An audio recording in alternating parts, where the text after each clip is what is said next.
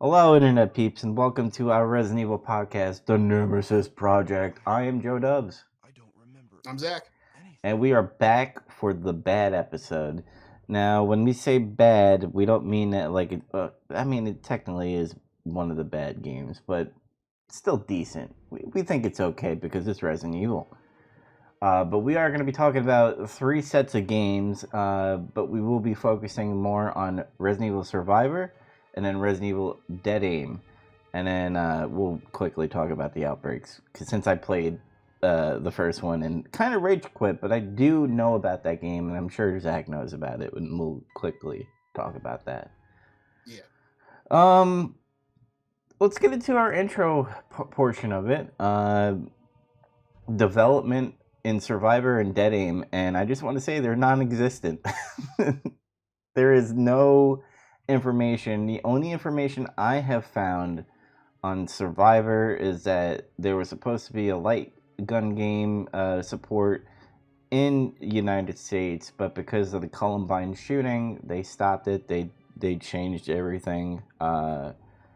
And Dead Aim, I really didn't see anything about Dead Aim besides they showed stuff off during the E3 kind of stuff, and that's it. Yeah, there's no stories about how they tore it down and started over or changed something, or there's like kind of a different beta version and it changed to something else. There's really nothing at all. I searched kind of hard for info on Dead Aim and I couldn't find anything. Mm-hmm. I didn't search as hard for Survivor for whatever reason, but like there's really not much to say about it either. It seems like there's less info about it than Dead Aim. I really think these were throwaway games. Like, I feel like Resident Evil 4 was kind of like in the planning, and they were just like, oh, we need to fill the shoes somehow. And if I remember correctly, Resident Evil 1 was supposed to be first person, correct? That's right, yeah. So I think they really wanted to test the grounds of first person shooting. And you would think, since we're talking about just one Survivor and one Dead Aim, they made 4 of these. And like, they really wanted to get into that market, and I guess it sold enough where they could create these games, especially in Japan, obviously. Yeah, like I think the first Survivor game was strictly console, but I guess they kind of wanted to be like Time Crisis in that way Mm-hmm. because Time Crisis was huge back in the day. Um, but like then you had like Gun Survivor 2, which never came out here because of the same reasons as the Columbine thing. Um, but it was an arcade game, like purely. Mm-hmm. Uh, and then you have Gun Survivor 3, which was that Dino Crisis spinoff, and then you have Dead Aim. Yep. And is there anything you said you found some information to talk about, right? Uh, For Survivor, or either or. um, not in terms of development. No, not really. What else do you got to say, not development wise, before we move on to what's the differences between these two games? Oh well, okay. So I did have a bit here about where I discovered in Dead Aim you can play it with a USB mouse, Oh yeah. and you can use the controller, and instead of like aiming with the controller like with the analog stick, which I always found was a little bit awkward. Mm-hmm. Um, you can like move your character with the controller and then just do all the other functions with the mouse. Apparently, Well, that and that that was the thing. Like, between these two games, when they do the first person thing and having the analog sticks. By the way, Survivor didn't have dual shocks then, right? Correct? If I'm correct on that, wasn't it just no, D pad? no, you can use the dual shock. I did. I remember. Well, obviously, when we go into personal stories, we'll talk about what happened to me, what support I have on that. But I also remember playing it without DualShock, and I thought I still played it really well, but it was awkward in a way because moving that cursor to get to the zombie and then shooting it. Obviously, you could tell that they wanted this to be a light gun support game based off on how it looked. Yeah, like I played it when I played Survivor. I did play it with the D-pad first, and I was like, does this support DualShock? I figured it would because it's such a late release. It came out in like 2001 or something, Mm-hmm. and sure enough, you just hit the little analog button and it works. Yep. But So yeah, the Dead Aim has USB mouse support. That's neat, and it's not advertised anywhere in the box or in the manual. that's weird. Like, you would think they would do that, but I guess Yeah, I don't know why they didn't advertise it. You would think they would do that so that they can get some accessory bundles going or something like that. part of me thinks that they might not have necessarily programmed it in because sometimes there's things, you know how like sometimes on a computer, if you can remember, you got like a controller, uh, and you would like plug it in, and it was just like plug and play, and the Mm, controller could kind of like adapt to the game, and it would work basically. yeah. I think it's something like that, really. Like somehow there's like a plug and play function at play with the PS2, and it just kind of is like, okay, the mouse controls the axis for looking around, and it has buttons on it, so you fire, reload, all that stuff. Or something this was like for developers only, and they just forgot to take it out. And it's That's like, a possibility too, actually. Yeah. because you would think that developers, they don't have time to like put a light gun or something, or maybe they just use their keyboard and mouse. Who knows? And maybe they didn't take it out. But that was a surprise. And obviously, the Columbine thing, they took out the light gun, so they just have controller support. Yeah. Just really not a lot of stuff to talk about in this game as far as like anything interesting. Everything was just like, here it is, go play it. It came out. They got developed, Hmm. and there they are. On that note, I think we'll move on to the differences between Survivor and Dead Aim. Uh, Oh boy. one, graphically, Dead Aim is way better than Survivor. Because they're on two different systems. Dead Aim's on PS2, Survivor was on PS1.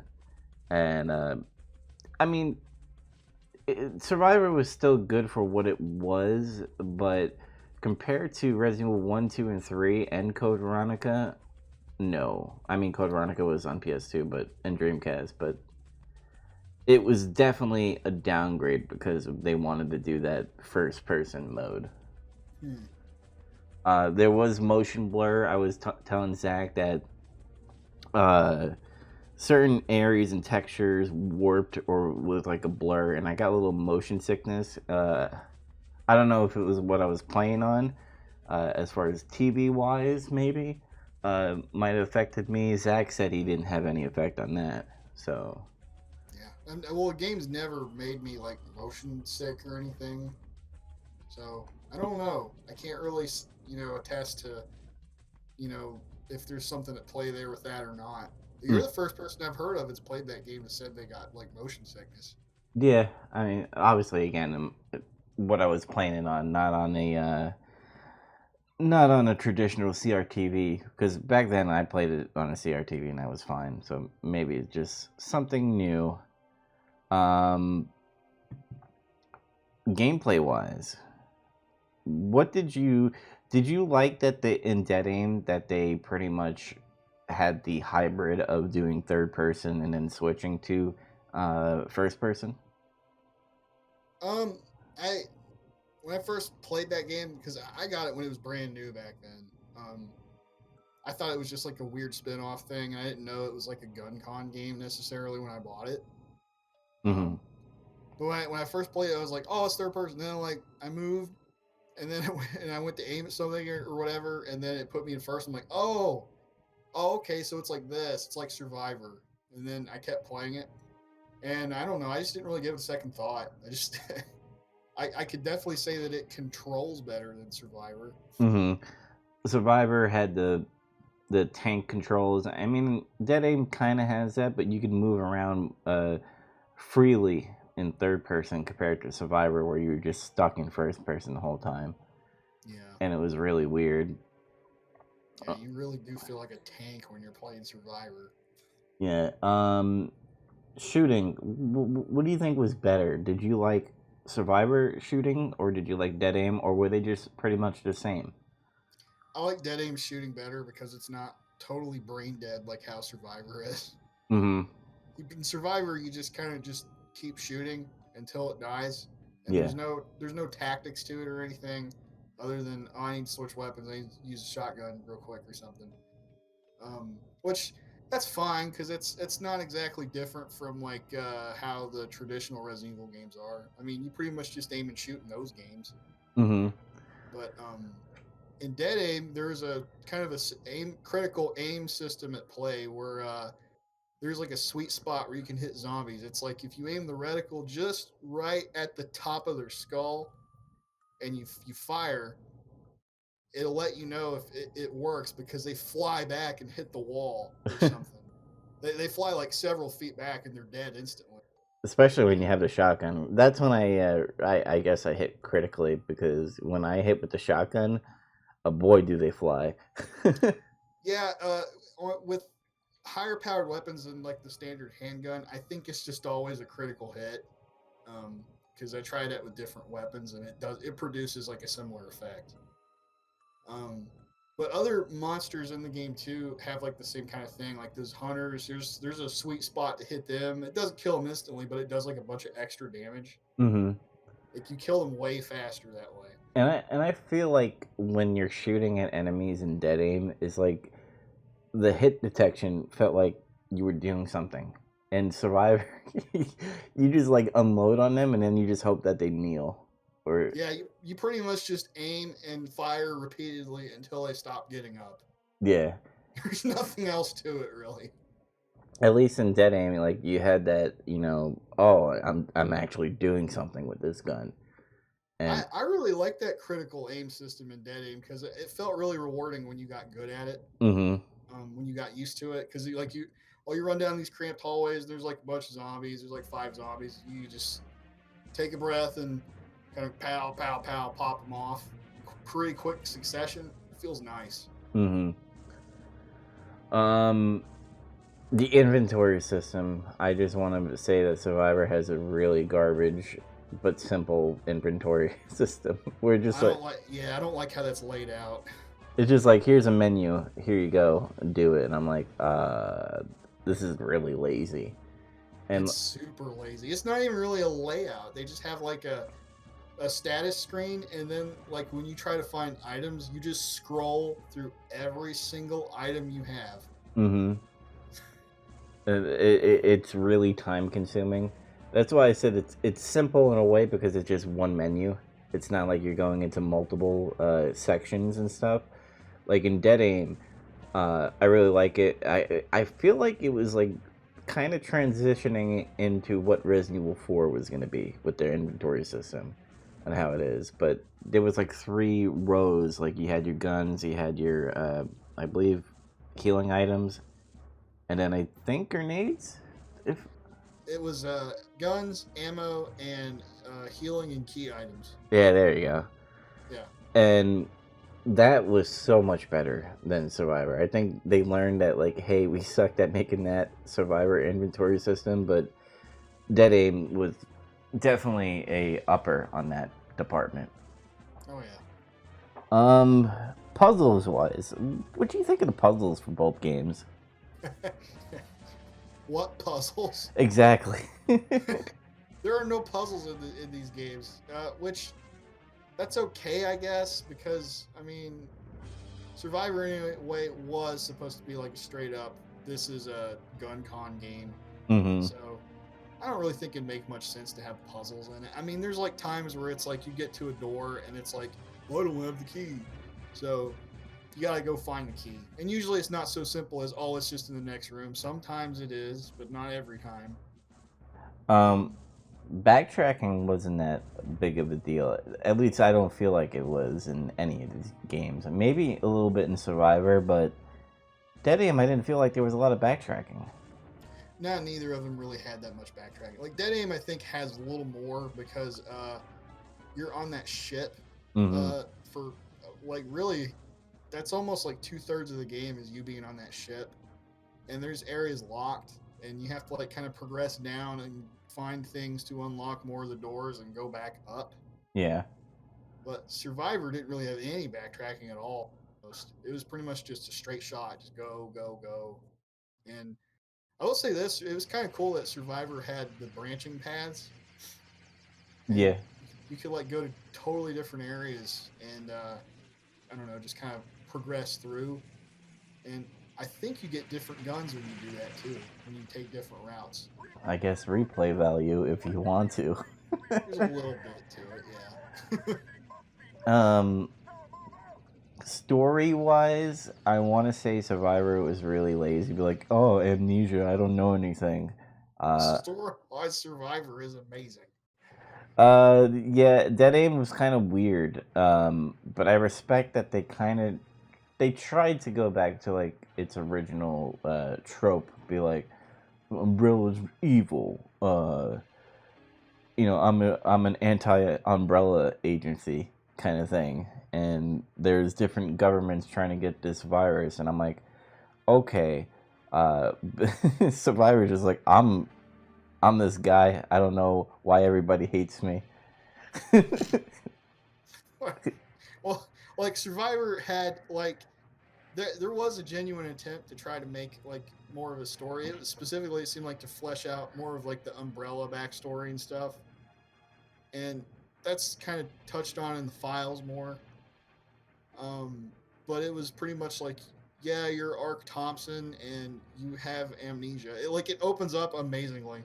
Like Mm-hmm. there's a guy hanging onto a helicopter and that guy's trying to fly away and shake him off of it, and then he just like falls, and it's like like it's like a really terrible scream. It's like like really bad voice acting, and it's just insane like from the get go, and it made me laugh the first time I played it again. And I like the phone calls where it's just like, you're a bad person. his mom, Vincent's like the bad guy in Survivor. Vincent's mother calls him, and she's like, it's like the stereotypical old lady voice. It sounds like Aunt May or something. It's like, Vincent, it's your mother, and I haven't heard from you in several months. Oh, Vincent, why won't you just quit that horrible company and come home? It's like exactly like that. Mm-hmm.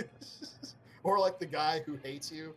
He's like a fucking, I don't know, a sewer maintainer or Mm-hmm. something. Die, Vincent, die.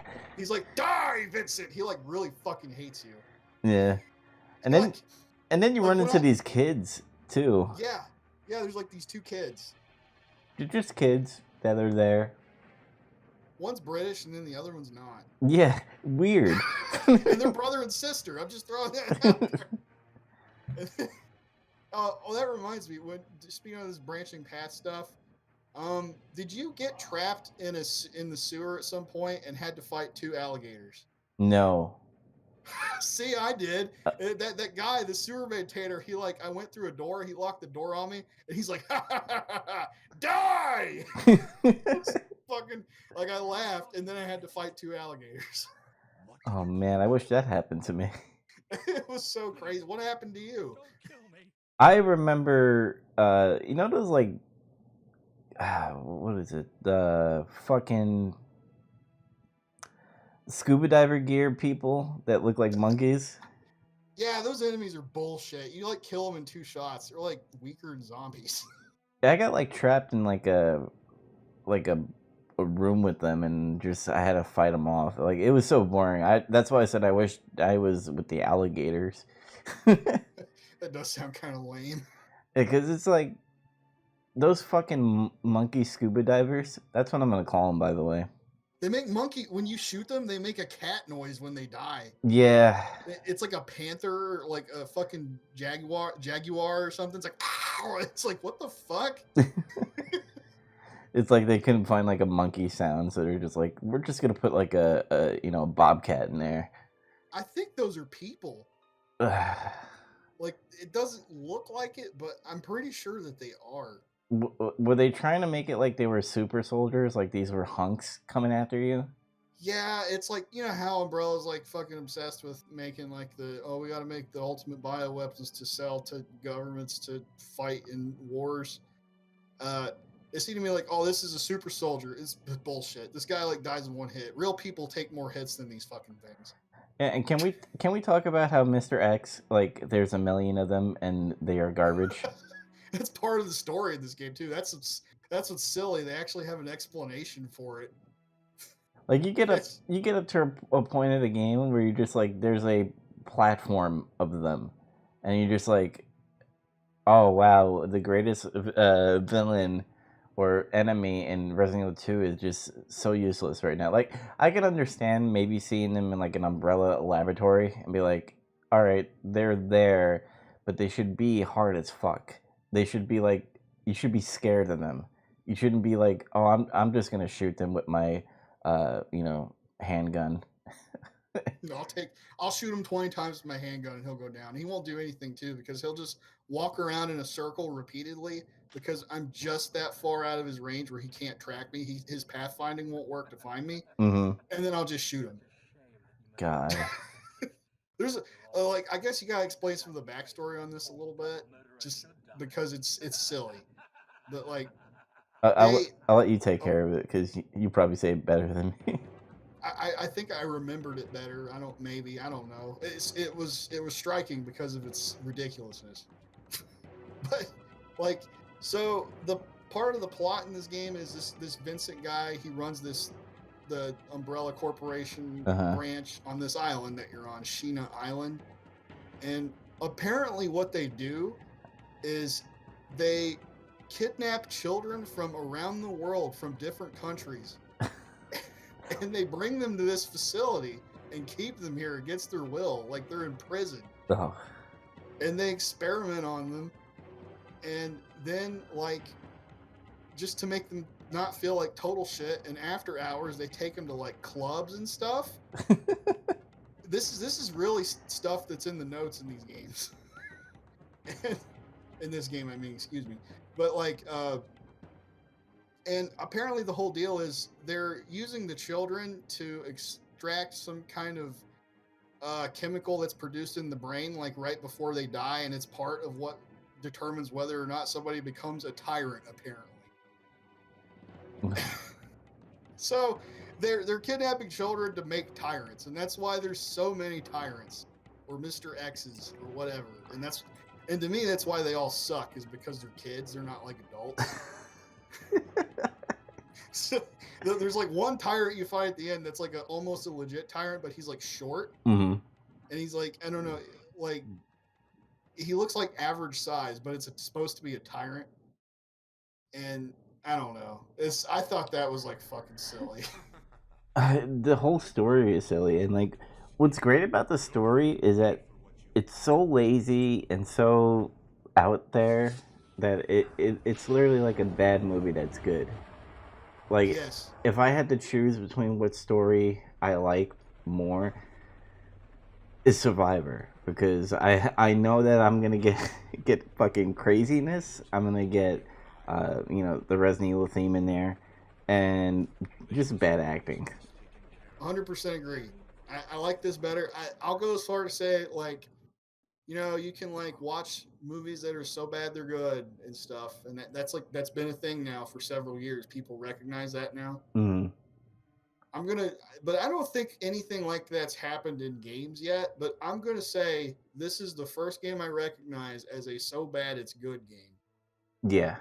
because from a gameplay standpoint, it's subpar as hell. It's like it's below average. There's a Mm. lot of problems. There's AI problems. It controls poorly. Uh, in execution, the story is like not great. It's too ridiculous for Resident Evil. And the voice acting goes back to a point to where it's Resident Evil 1 bad. Oh yeah, in both games, by the way. I I can't I'll get to that one in a minute with that aim. but but like in this one it's got like all that stuff working against it and for it.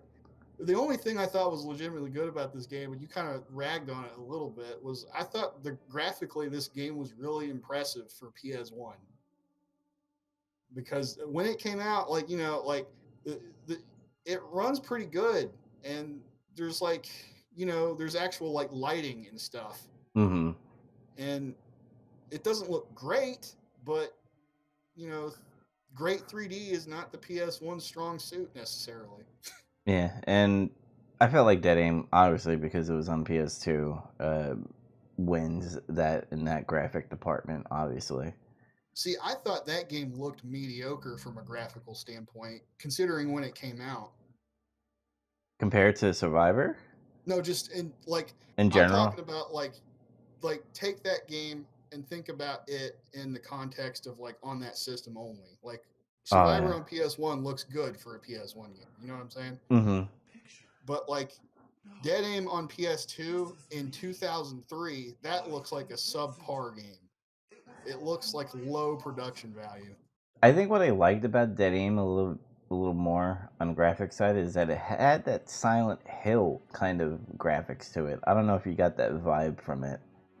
Like it, Kinda, but then if you go look at screenshots of Silent Hill 2 or 3 and they blow that game out of the water. oh yeah, I mean, I think the third person part of it of Dead Aim is what makes it good, that you could actually see environments better.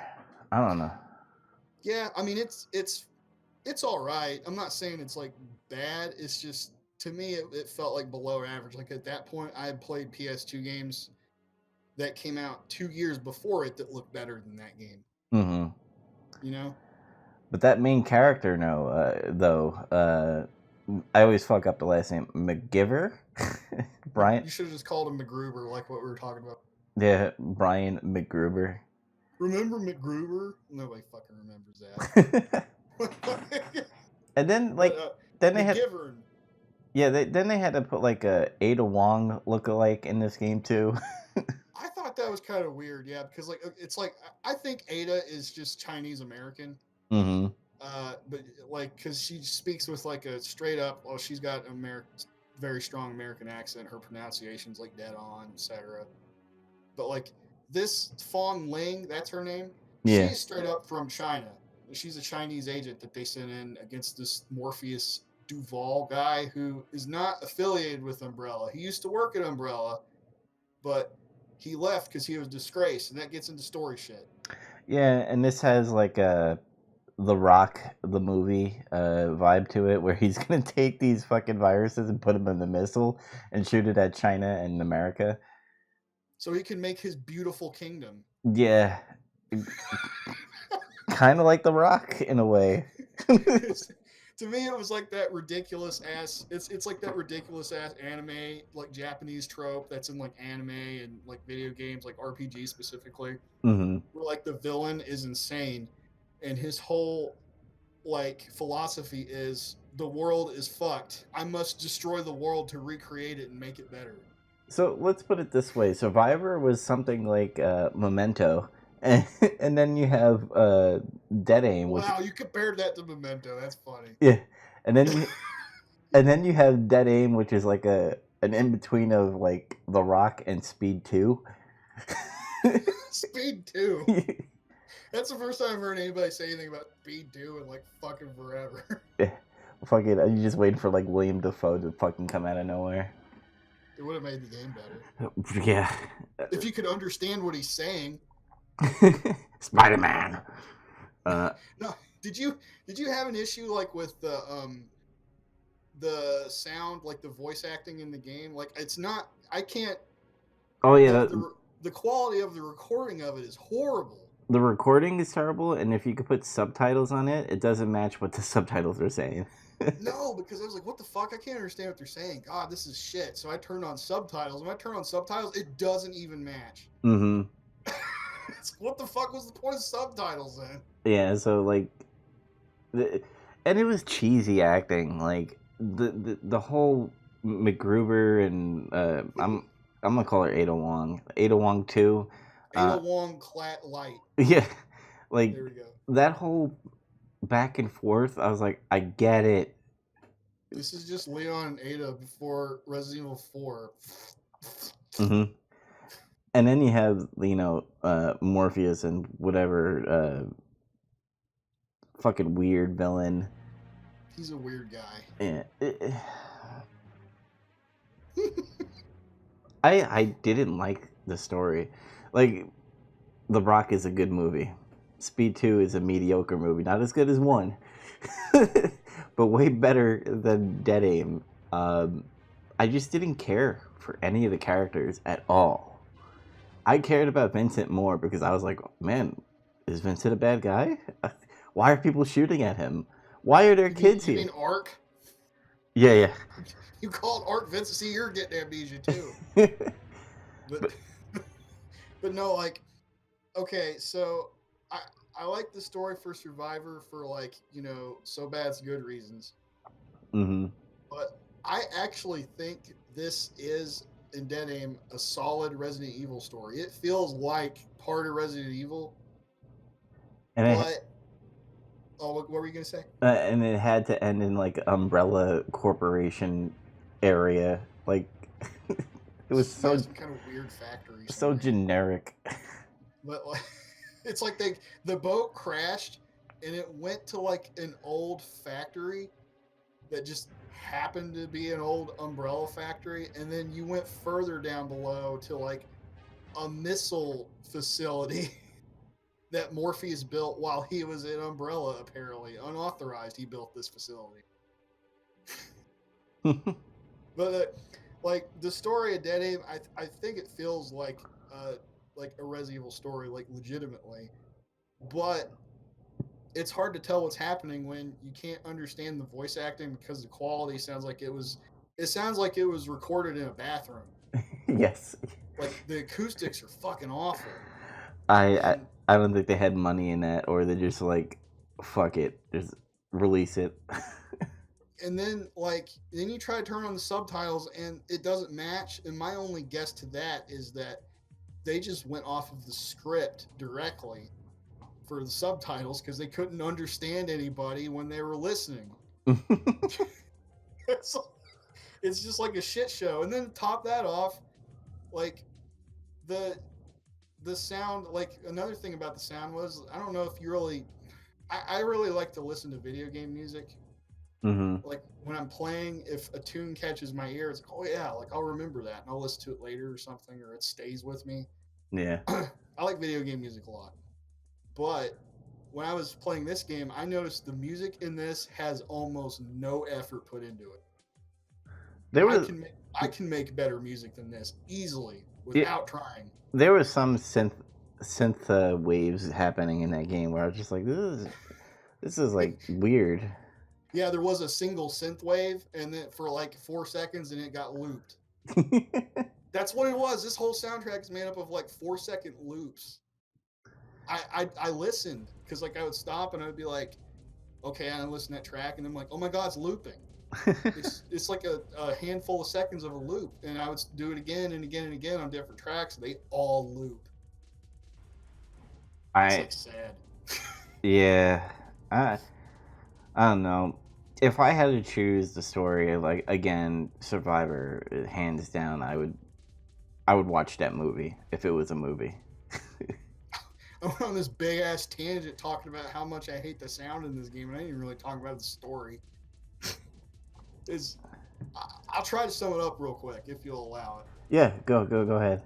Okay, so Bruce McGruber or McGivern is a U.S. agent sent to stop this Morpheus Duval guy who is a disgraced Umbrella employee. Apparently, he was like somehow in charge of like the division or region that Raccoon City was a part of, and in the files they blame him for the incident.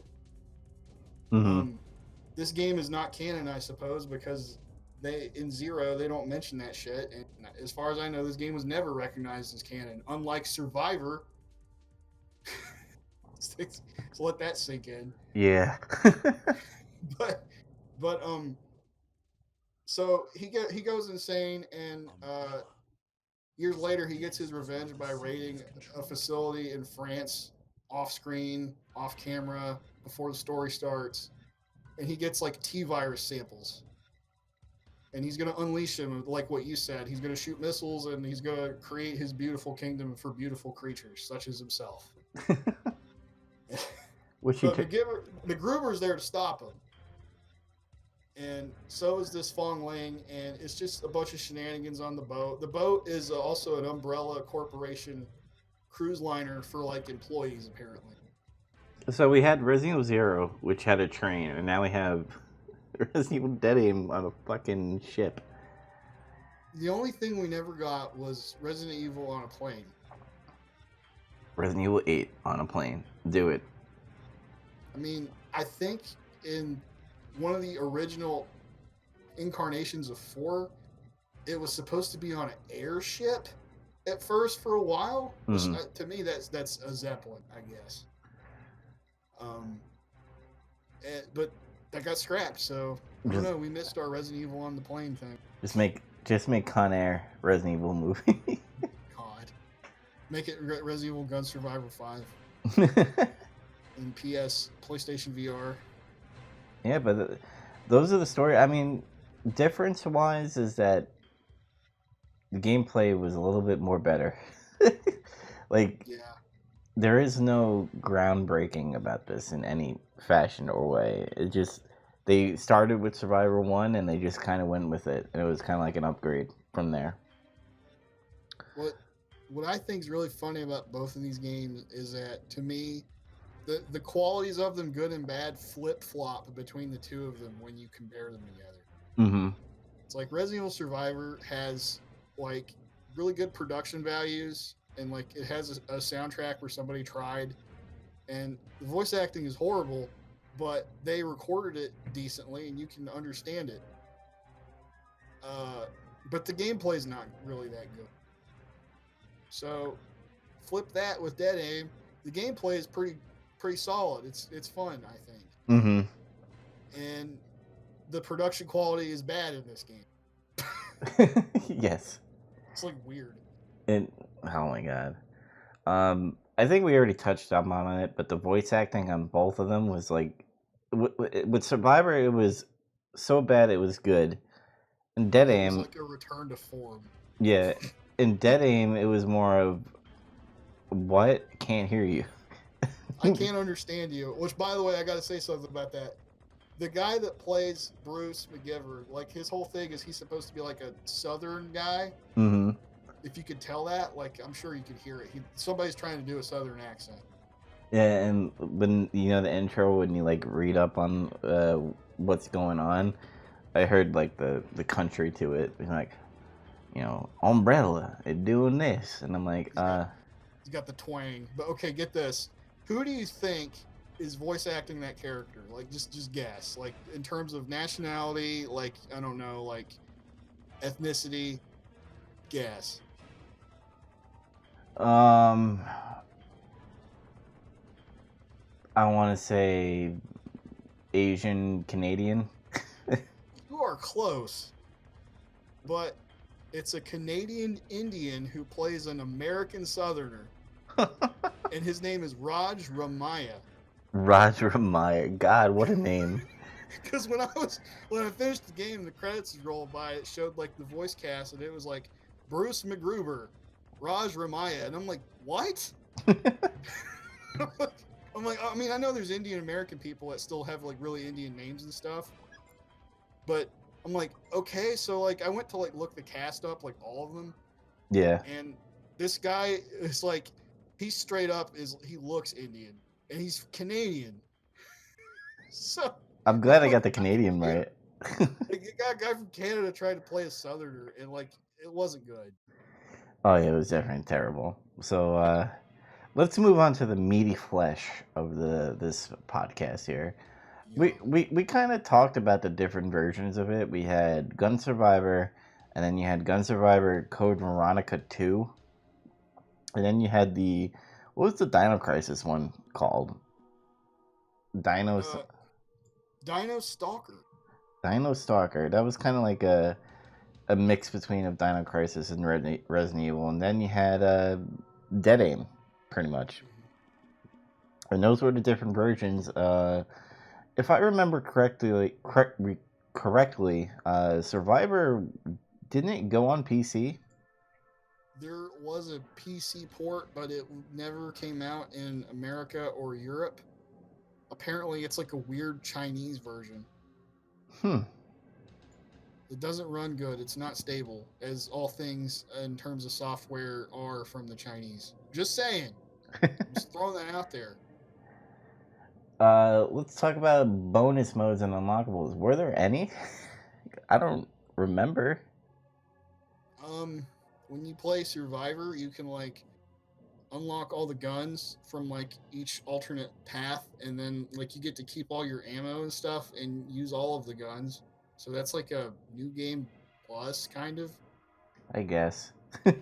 And Dead Aim didn't have anything other than once you beat the game, you can choose to just play the whole game as excuse me, Fong Ling if you want, but it doesn't change any of the cutscenes or anything. No. So it's just like whatever. You're just playing as the girl more now. Yeah, so that's not good. Were there any good stories or journals or diaries that you liked of both games? Yeah, I like the journals in Survivor where like everybody's talking about how much of a psycho Vincent is and like how they're scared of working for him and like how he likes to shoot children. Don't be afraid. I won't hurt you. It's like fucking nuts. Like honestly. With me, on the Survivor side, I like how the phone call with the grandma. I like the crazy the crazy guy that wants to kill him. Um, those are my favorite parts.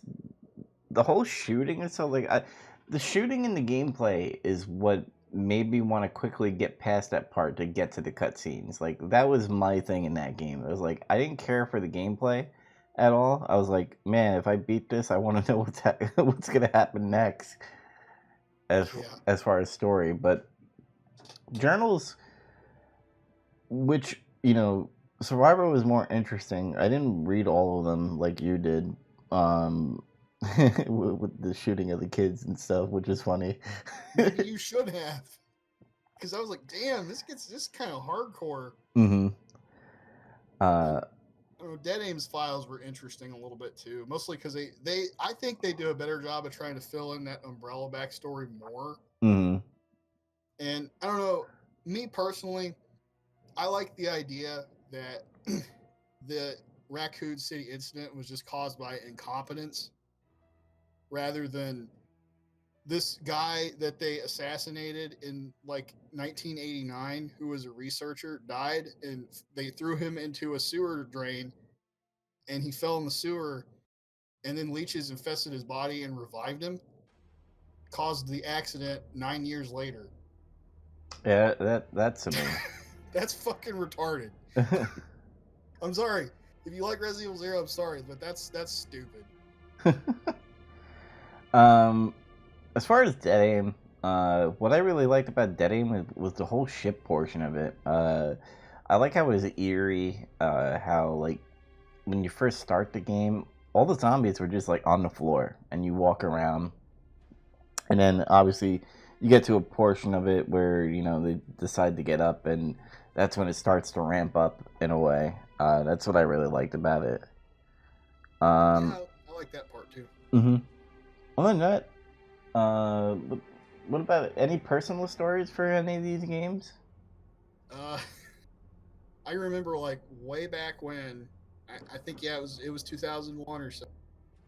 I rented Survivor for PS1, and I was like, oh cool, this is like in first person. I'll try it out, and I played it, and I like died at some point, Mm-hmm. and then I had to like start the game over, and I couldn't understand that because at that point in time, like saving your game was like normal, Uh-huh. It's not like how now where like there's auto saves everywhere and you're pretty safe if you die. It puts you back to a checkpoint. There weren't really checkpoints back then, other than the spot where it lets you save your game. Yeah. But it was just like after I did that, I'm like, what the hell? I have to start all over? And I'm like, was there not a typewriter anywhere? Like, can you not save in this game? Like that puzzled me for like years. And then I found out, no, you actually don't save in this game at all, pretty much. until after you beat it, and then if you die, it gives you the option to save. And I think that's why it confused me. Yeah, I remember that.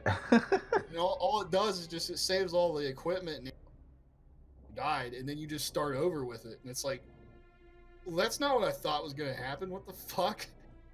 Yeah, because I remember, because me and my friends, we got it from Blockbuster, and we played the game, and then we shut it off to go play wiffle ball outside, and because we thought, because I don't know what it was, because we didn't find any typewriter, so we were just like, maybe it autosaves in some way. Like, autosave was still kind of new in some games, Yeah. but like, we're just like, all right, maybe if we turn it back on, we'll be at the same spot again. And when we turned it on again, it just, all our progress was gone. I guess the consolation here is that the game's only like 3 or 4 hours long. Mm-hmm. You can beat it in one sitting very easily. You can do it for both of these. I think Dead Aim is actually a little bit shorter than Survivor, Yeah. but it actually allows you to save at a typewriter at least. Mm-hmm. And I mean, Survivor, you could pretty much do a quick run, but it was still a little bit longer than Dead Aim. Yeah. And then I guess for Dead Aim, I don't really have any personal stories. Dead Aim, I really didn't play it until like 2010, and I quickly played it, and then I played it again for this podcast. Didn't really have a personal story for that, but for Survivor, again, just based off of me getting it from Blockbuster, we had a light gun, and we knew, because we played a little Time Crisis at like movie theaters and all that stuff. Or they're just those shooting games. We were just like, let's see if it works, and we hooked it up, and it worked. And we don't. I mean, obviously not knowing that the Columbine thing, they took it out, and we played it. And reading up on it now kind of makes me think that maybe Blockbuster's got an early version of it that before they, I guess, patched it in some way. I mean, I don't know, you can't patch a PS1 game unless you get another CD, so maybe we had like early CDs.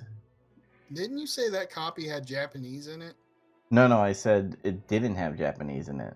Oh, okay, I misunderstood. I mean, maybe I got a European version, but I don't know. I think it's more like what I said earlier. It's probably like a first wave copy. Before that, they were like, "Oh shit, I guess we should take out light gun support because the media is freaking out." Mm. Yeah, so that's my personal story. I mean, even back then, we were laughing at the voice acting, because in a way, Code Veronica got a little bit better, and 3 was a little better on the voice acting, and then it just went downhill again into Survivor. And I just remember us having a blast playing it, because it was just fun. And, you know, this was before the movie The Room, so, like, having those, like, bad acting, bad movies weren't a big thing back then. Well, at least in my mind as a kid. I mean, No, yeah, if you were into that kind of stuff back then, it was like super cult. Mm-hmm. Like, there definitely was a group of people that enjoyed watching bad movies, but the internet was still pretty young, and I mean, other than like Mystery Science Theater 3000 or like TNT Monster Vision or something like that kind of stuff wasn't really like widespread yet. Mm-hmm.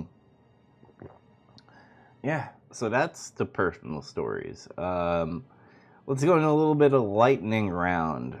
Oh boy.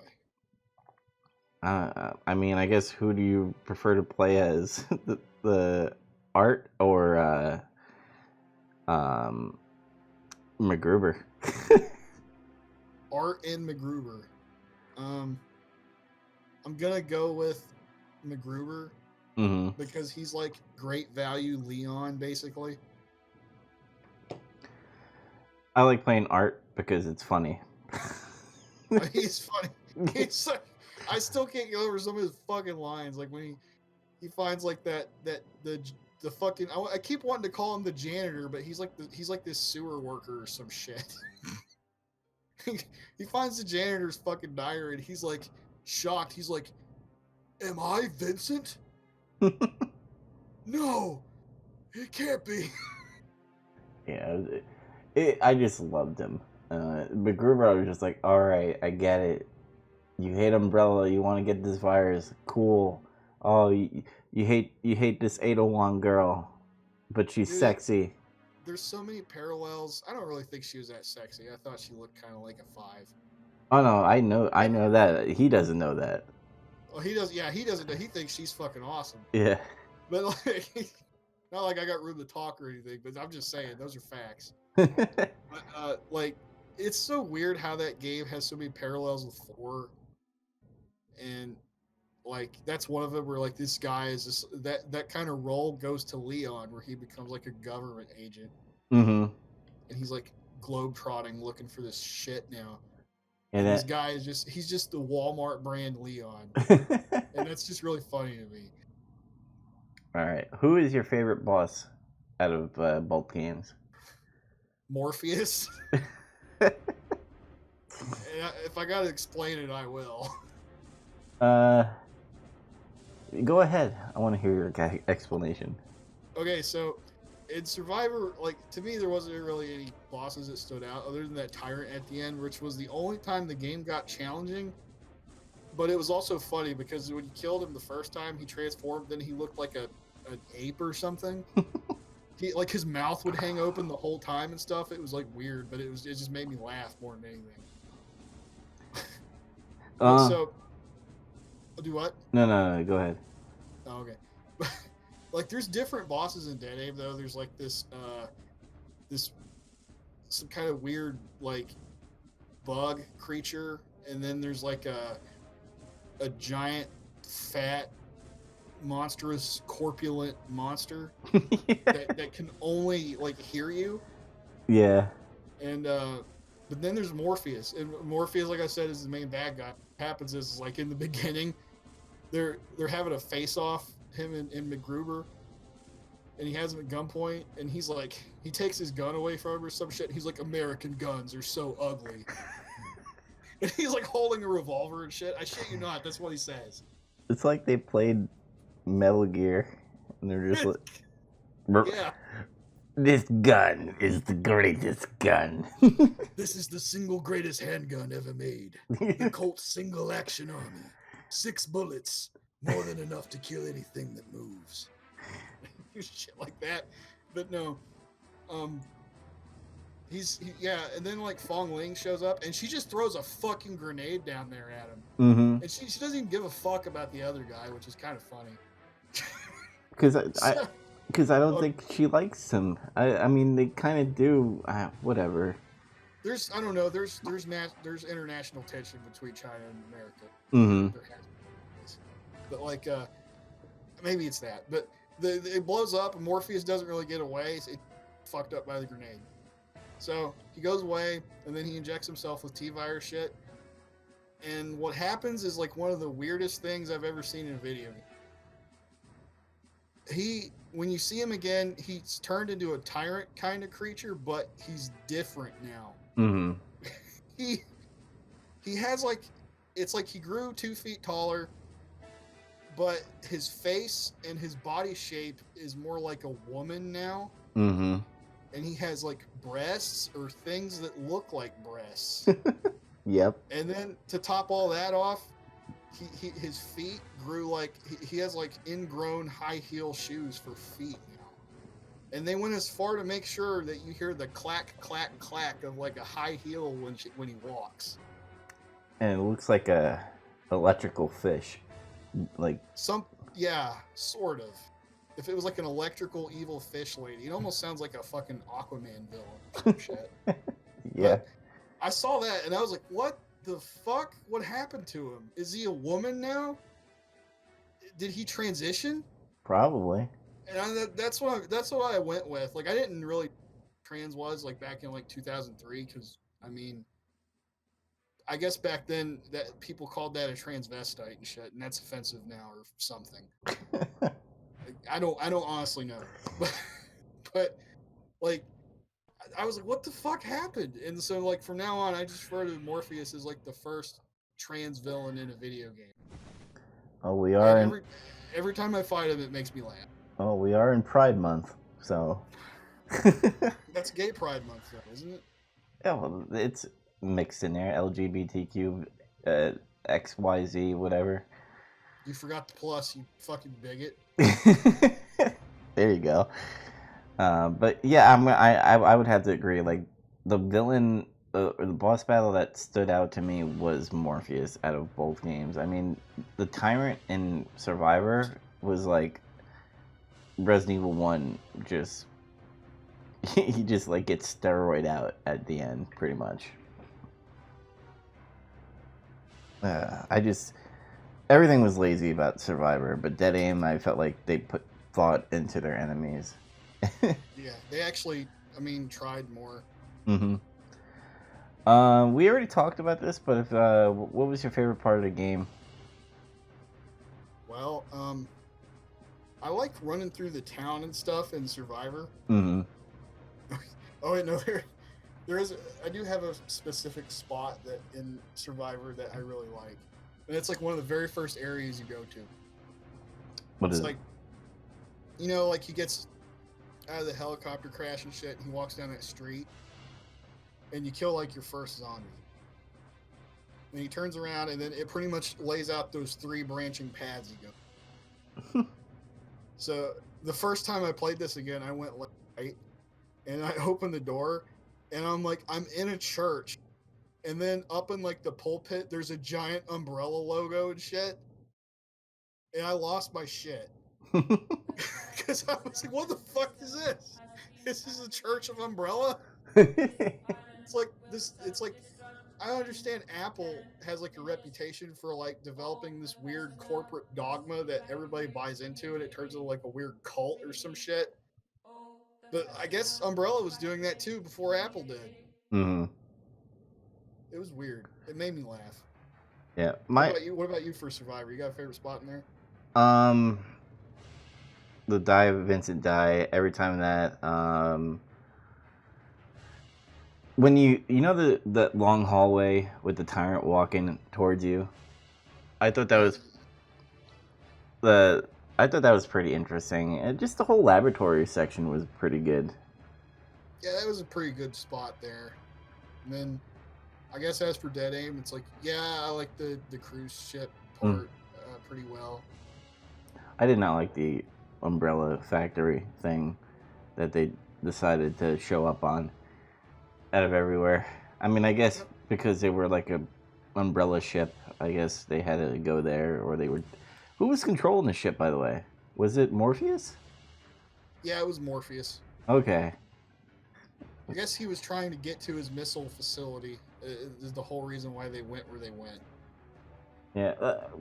With Dead Aim, I just like, again, and I know I'm sounding like a broken record, just the beginning part, because like you're on the ship and there's like dead people everywhere, and then these dead people start waking up, and then hell breaks loose, and then you meet Ada Wong too, and Great value Ada Wong. Yep. And then Morpheus. Great value Wesker now. Fucking. I will say this, like, what were you gonna say real quick? I was gonna say fucking Morpheus. Like they couldn't come up with a better name. It's like they watched Matrix and they were just like, what do we call him? We'll call him Morpheus. That's such a cool name though, Morpheus. Yeah, but I don't know. Like, yeah. I was just gonna say real quick, like the boat has like a novelty to it, because I don't know, back then it's like it was pretty standard. I mean, well, not standard, but it's like, you know, Resident Evil 1 you had a mansion, and Resident Evil 2 you have like a police station and shit, the lab. In Resident Evil 3 you go all through the city, so it's all different. And Code Veronica, you're on an island, and then you're in Antarctica. This game is like, oh, you're on a ship now, but it's not the first Resident Evil game to take place on a ship. It got beat by Resident Evil Gaiden. Yeah. It is also a non-canon game. That's what I like about Resident Evil is that Umbrella was global, so like you could literally go anywhere with this. You could really, yeah. I wish they went to Japan instead of like the movie. I don't want to talk about the movie. Its day is coming. I hope Resident Evil 8 or maybe a future Resident Evil will be based in Japan somehow. That would be cool. They've kind of went everywhere but Japan at this point. Mm-hmm. Like really, they have. It's like you had. There's several incidents that take place in America. They went to Antarctica. They went to Europe a few times. Then there was Africa in 5. Mm-hmm. Did they do Russia? Yes, there was a part in Umbrella Chronicles on Wii. Oh. Where they go to like a Russian facility, and that's supposed to be like the operation that like ends Umbrella, so to speak. Mm-hmm. It's kind of underwhelming. And they've been to China, or it's Hong Kong or something in 6. And South America too. There was no storyline in any of these games and books where the world decided to go old desert, right? Just like the movie. No, that was all bullshit. It's like the T-virus destroyed the Earth's water supply. How? That's not how viruses work. The fuck? God, fucking movie. I hate that movie. I love it. 3 was 2 was the best movie. Oh my god, no, because 2 had like, well, I don't know. At the same time, it's funny. It had that really shitty Nemesis in it. Oh, the rubber Nemesis? That was like, Nemesis runs all fast and shit and like fucking football tackles you and jumps. And this Nemesis looks like he could barely walk. It looks like he's fucking crippled. Like he has polio or some shit. I liked Resident Evil 1 because Resident Evil 1 was like a mixture of the mansion with like laboratory shit going on. So I don't know. I had a good start. That movie was actually all right. I never disliked that movie. I thought, because back then, even up to that point, you knew like when they adapted video games to movies, they always played with it like quite a bit and changed it. Mm-hmm. And like, so I was used to that. So like when I saw that movie, I'm like, well, there were none of the characters from the games in it, but yeah, there were things in it that reminded me of Resident Evil. Kind of cool. It was kind of fun to watch. It was harmless. If only we knew what would end up happening later. Oh god. Now she's making a Monster Hunter fucking movie. Just stop it. That's so weird. Like, why? Is Paul W.S. Anderson directing it? Yes. What the fuck? Why are they still working together? Like, the whole thing with that was, like, they got married at some point because he became infatuated with her, like, after that first movie. And they married, and then I think the whole deal was he kept wanting to make these movies and have her be the star in it because he fucking loved her so much, I suppose. And then they got divorced at some point between like the last one and the one before it. Mm-hmm. Why the fuck are they still working together? I don't know. Don't you guys hate each other? You got divorced. Guess they want to make more shitty fucking video game movies. I think it's Mila Jovovich can't find work anywhere else, and neither can he. So they're stuck together. They're married through like their fucking profession.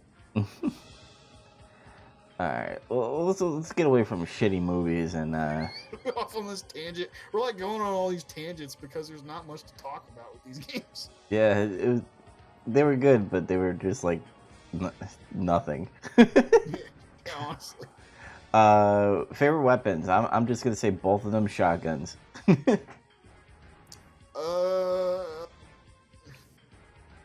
Yeah, like the shotguns are nice, but I really like the Magnum in Survivor.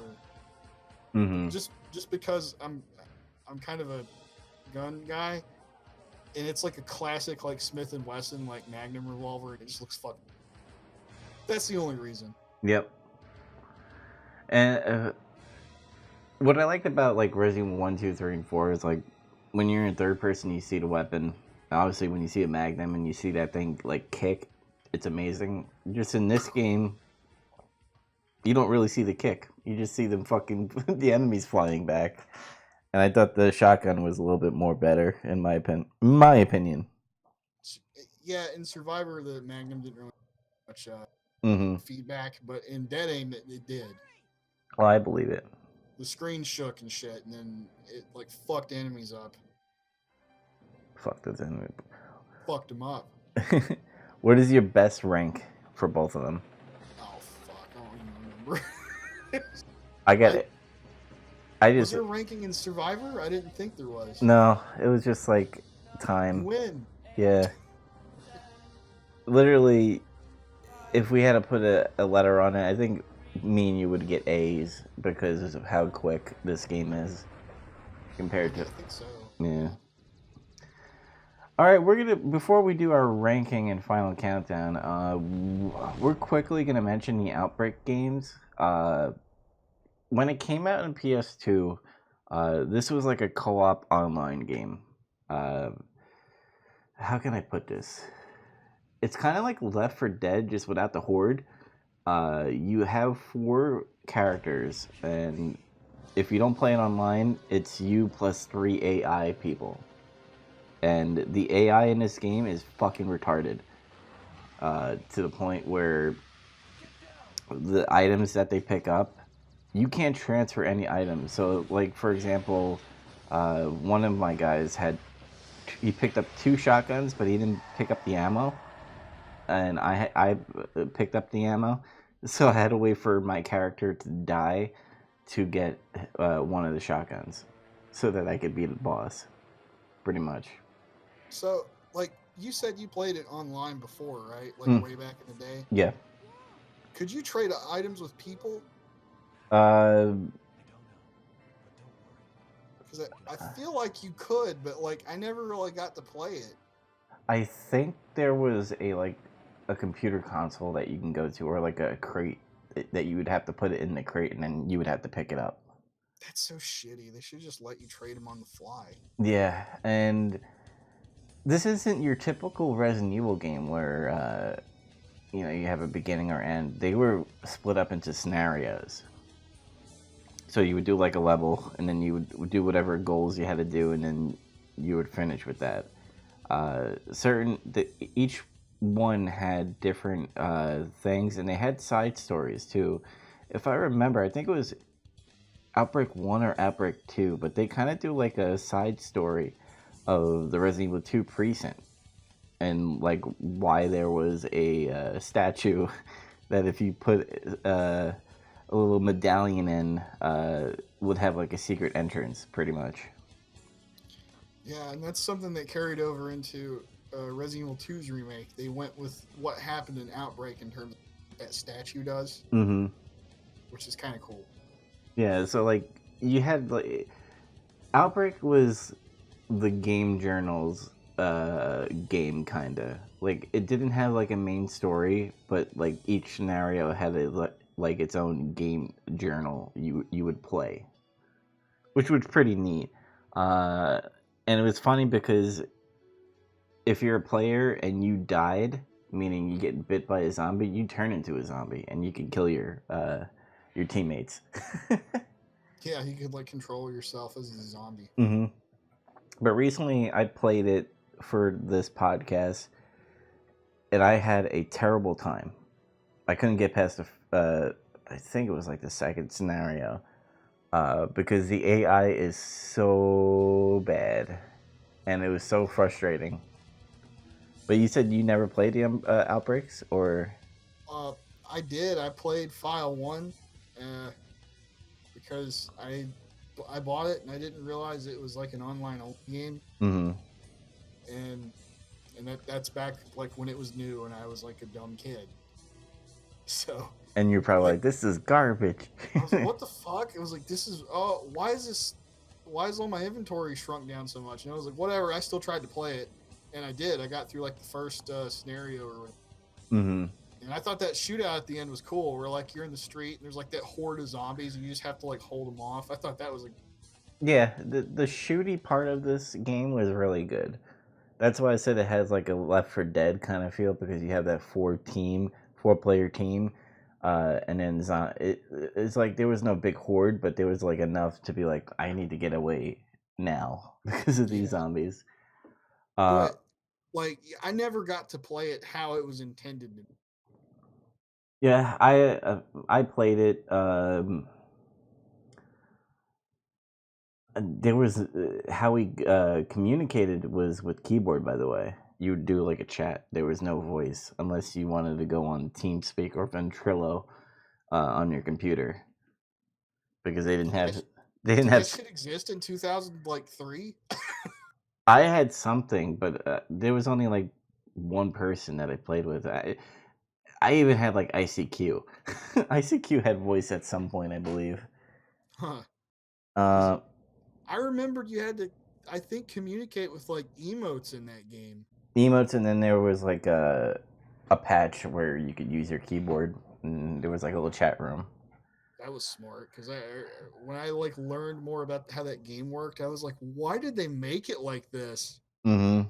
Because like I don't know, like I've been gaming on a computer online at that point like for a few years, and I'm just like, why would you ever want to play a game like this?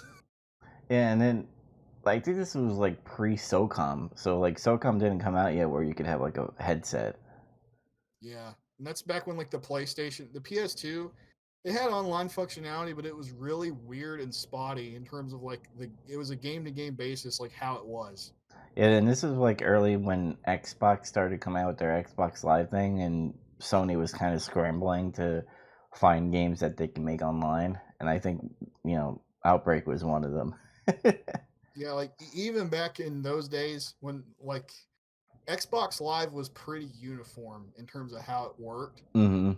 which was like really a big deal. It changed everything. That's how we have everything we have now is because of that. Yep. Online gaming.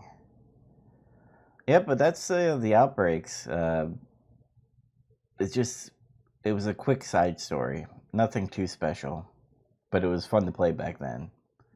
I will say this real quick about Outbreak. Um, people have figured out a way to be able to play online with other people via emulators on that game. Mm-hmm.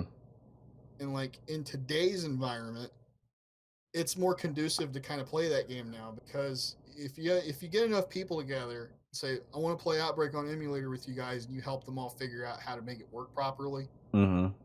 and you get on your computer and you get in your whatever voice chat, it could be even Discord, I suppose. Discord or Skype. Yeah, and you could all play that game with voice chat, and it makes it way better. Mm-hmm. Back So then, I'd like to try that sometime with people. Like I don't know. maybe we'll try it. I want to do the online thing. The game was so good online. Yeah. All right, let's get into our final countdown. So how we're gonna do this is we're gonna mesh together Survivor and Dead Aim since they were part of the Survivor series, not WWF Survivor series, but you know what I'm talking about. Yeah. Zach, where do you rank these games? Oh, I'm gonna put these games at number third.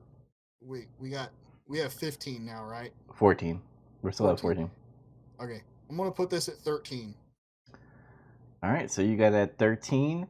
To kind of go backtrack, you have Resident Evil 1 Remake at number 1. 2 is 2 Remake. 3 is 1998 2. 4 is Resident Evil 3. 5 is Resident Evil 1.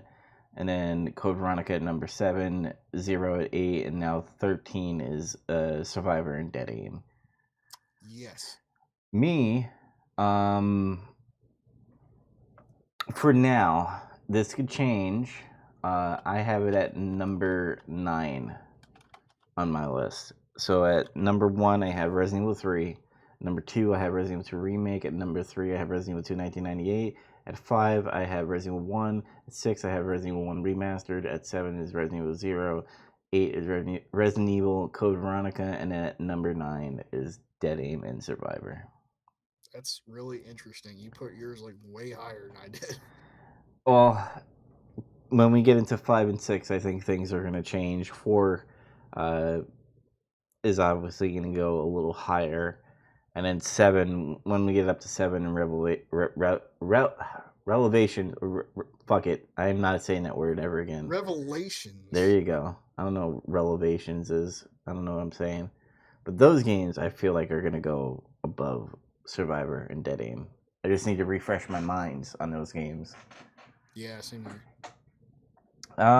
But that's the bad episode, guys. The reason why I named it the bad episode is because these games are not really mentioned a lot.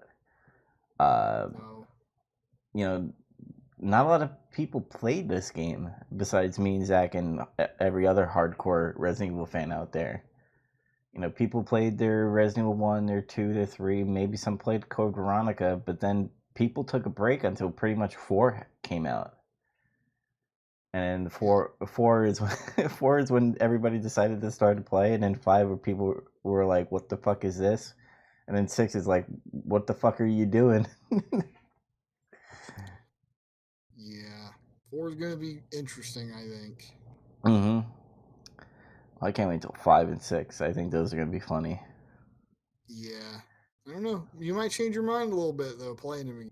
Because I did. I mean, at least 5 anyway. I changed my mind after I played it again. Mm-hmm. It's not. I still don't prefer it definitely to any of like the classic games or anything like that, or 4. It's still nowhere near as good as 4. Mm-hmm. But I kind of accept it for what it is. Yeah, so keep an eye on that. We are going to be taking like a few weeks off on doing podcasting because we have to play Resident Evil 4, and that's a huge game because of the expansions, not the expansions, the side missions and stuff like the Ada mission. Just that game is huge. Big game. Yeah, so we're going to need a lot of time, and we're also going to be having a special guest. Our friend Andy is going to be joining us and discussing about this game. Yep. So it'll be like a bedlam. It'll be crazy. Mm-hmm. And that's when we get into our action.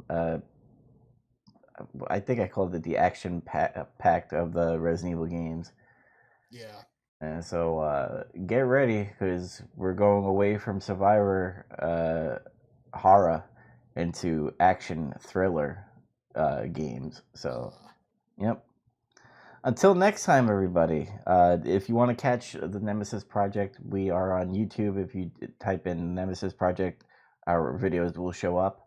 We're also on Podbean. If you go to novnetwork.podbean.com, we're on there. And we're also on Apple and Spotify. So if you search Nerd Review Network, you'll see the Nemesis Project. And then you'll see the other 2 podcasts that I run, which is Big Trouble Little Podcast and Escape from Side Quest.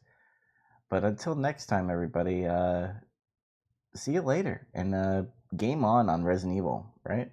That's right. Later, guys. Die! Ready to die!